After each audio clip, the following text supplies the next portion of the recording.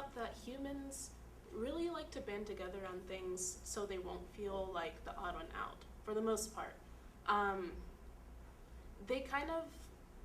They're really excited to find someone who they identify with, but they also kind of, for good or for worse. So, for example, if there's someone who they just don't like everyone bands together and says like, oh, this guy. We actually saw this in class today with Trump. We were just like, oh, okay. But just in general too, like there's always that group of friends who's just like, oh, it's freaking, I was gonna say, I don't know, Chad over here. Oh, Chad's gonna hang out with us. There's no one in this class named Chad, right? Anyway, I'm just picked a random name. But yeah, they'll be like, oh, it's Chad, and then everyone will just start hating Chad, and they'll like, even if someone doesn't. So the compulsion to find some kind of scapegoat or something. Yeah, it's scapegoating. Huh. But also, also humans, like their emotions, they don't really just go from A to Z. They really build up to it, and once you start to really see that, you start to understand like what's going on. It's like, okay, so it's not that they're just randomly angry. Like you see it, and like it's a process. So that's interesting. So it's a pattern of processing certain events that can lead to that angry reaction. Yeah. What piques your curiosity?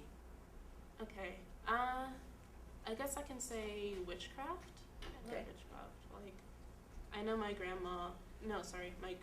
grandma she practiced witchcraft, or voodoo to be specific. And I tried to delve into that a little while, and then I got freaked out. So I was like, yeah, you know what? I'm out. There's a lot of history behind it. Oh, yeah. Yeah, there's a famous voodooist in the southern part of the country, Bloody Mary. Oh, she's actually, believe it or not, she's actually a good one. Like, she will not, I don't think she will curse you. So like white magic versus black? Yeah, I think so. I think voodoo is a very gray area in that regard. There's another one named Mistress Myria. I think she lives in Louisiana. Probably. And the thing is, my grandma, well, actually my whole mom's side of the family is from Louisiana, so that's not uncommon. So we're just like, oh, okay. Well, I'm not above making a circle of salt around, whatever around the house, just in case. Yeah. Identify 3 fears. Okay. I think my first one would be forgetting things, whether it's important or not very important. Being misunderstood, and I'm not even talking about like personality-wise, just like really, just misunderstood in general. And then not being prepared enough. That's another fear. That's a very viable fear. Yeah. It's sort of like my husband sometimes said that, he had dreams of being in the courthouse, because he's an attorney, and he had no idea what the trial was about. He had to defend somebody. Like favors the prepared, right? Yeah.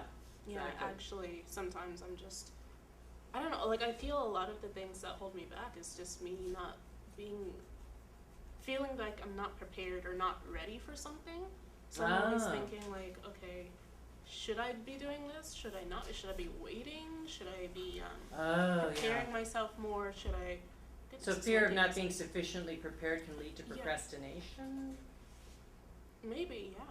I remember sounds like doubt. I remember last week when Karen, right? Mm-hmm. When she was here and you were asking questions about what should you do prior to auditions, or like should you always be prepared, like having your resume or headshot on your phone or demo reel or something like that. Yeah, definitely. And I'm always just like. So yeah, definitely have the box in the car, headshots, and have it change clothes. Okay. Yeah. I don't have it change clothes, but alright. And you can put the link to your demo reel on your resume. All good. Then you're prepared. It's in the car, so you don't have to worry about it. But I also feel like sometimes, in terms of skills too, like, can I actually act this? Can I actually do this, I don't know, test or something like that? Mm-hmm. It's just certain things that I feel maybe I'm not prepared enough.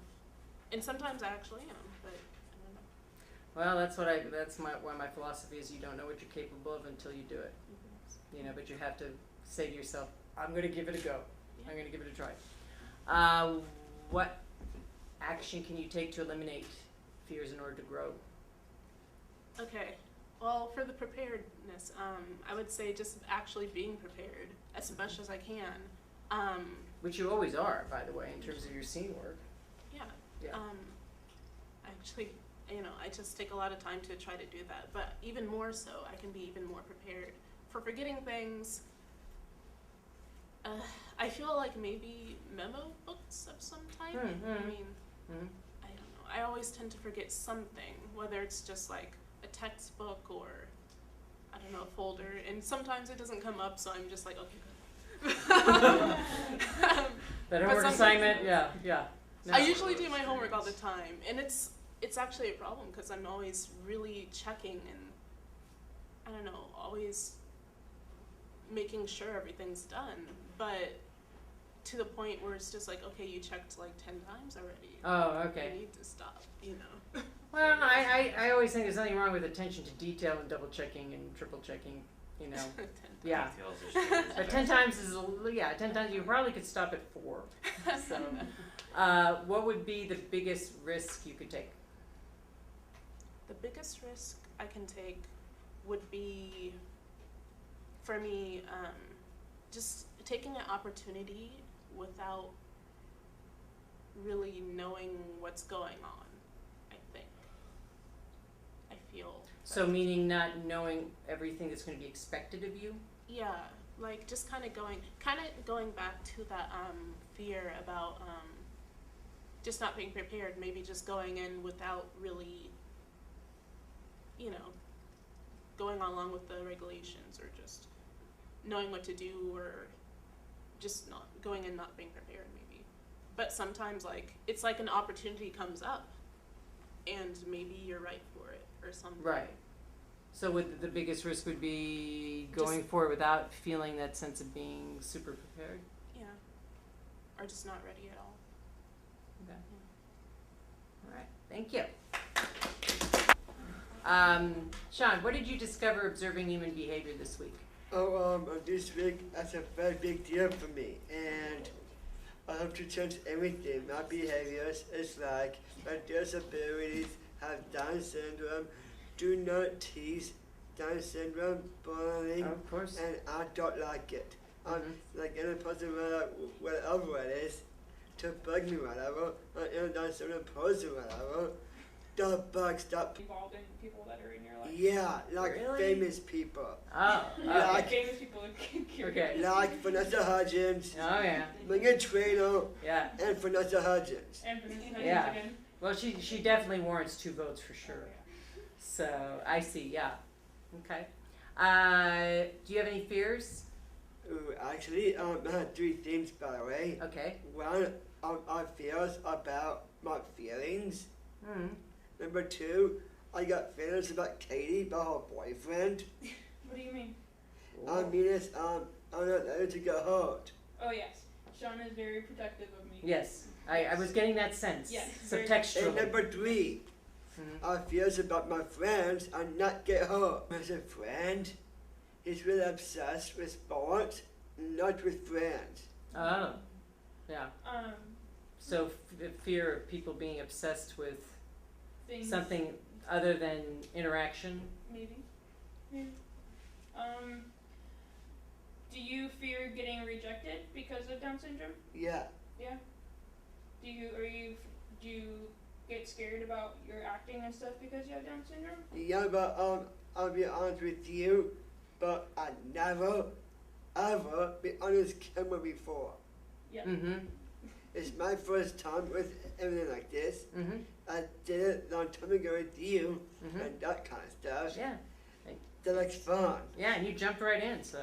So I it's guess all the good. fear of being in front of the camera kind of was checked off the list, but last year I would say that yes, there was a fear of being in front of the camera. Yeah, of course. I mean, we all have that. Yeah. What actions can you take to eliminate any of the fears that you've mentioned? What could you do differently, or? Okay, one, I need more attention, Okay. like over a lot. Number 2, I need people to know me better. I play a guitar Uh-huh. and that kind of stuff. And I'm a singer Alright. You're a singer. and I'm in a band. Okay. So you're saying that if people know you better, that will maybe help them not hurt your feelings. Exactly. To know how versatile you are as an artist. Yeah. So if people understood you better and knew how many different things that you can do, they'd be more open to you. Exactly. Okay, Mm-hmm. that's a good one. Bud. Yeah, very good. Yeah. And I got a home to myself already. Yes. Yeah. But I got it already. Okay.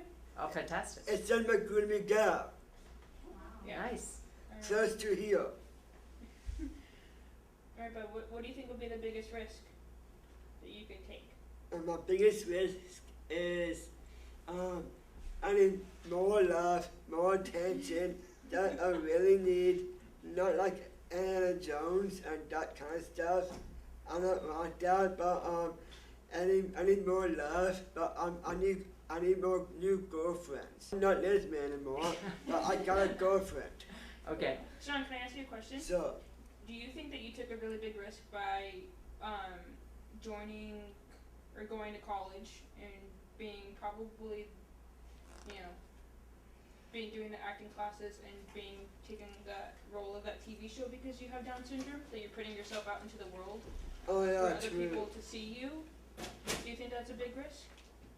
Yes, Yes? and I'm making a movie to myself. You want to Okay. make a movie? To Okay. myself. Mhm. Alrighty, bud.